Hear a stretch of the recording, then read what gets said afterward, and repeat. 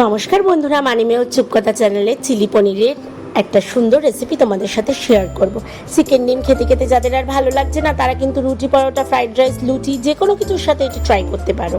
প্রথমে পনিরগুলোকে নিজের পছন্দ মতো টুকরো করে ব্ল্যাক পেপার, কর্নফ্লাওয়ার, রসুন পেস্ট ও স্বাদ মতো নুন দিয়ে ম্যারিনেট করে গরম তেলে বাদামি করে ভেজে নিতে হবে। এবার ওই তেলে রসুন কুচি হালকা ভেজে আগের থেকে কেটে রাখা পেঁয়াজ, টমেটো, কাঁচা লঙ্কা, ক্যাপসিকাম অল্প চিনি দিয়ে চাপা ঢাকা দিয়ে বাদামি করে ভেজে পরিমাণ মতো সোয়া আর টমেটো সস অ্যাড করে অল্প জলে কর্নফ্লাওয়ার গুলে দিও যাতে গ্রেভিটা ঘন হয়। এখন ভেজে রাখা পনিরগুলো ও স্বাদ মতো নুন দিয়ে কিছুক্ষণ কষিয়ে জল ঢেলে দিতে হবে। এবার আরও একটু কর্নফ্লাওয়ার জলে গুলে ঢেলে দিয়েছি ও ব্ল্যাক পেপার ছড়িয়ে দিয়েছি। এখন হাই ফ্লেমে ফুটিয়ে নিলেই রেডি চিলি পনির। রেসিপিটা তো খেতে খুব ইয়াম্মি গো। তোমরা সবাই একবার ট্রাই করে দেখতে পারো, আশা করি সবার ভালো লাগবে। আমরা তো খুব দারুণভাবে পরোটা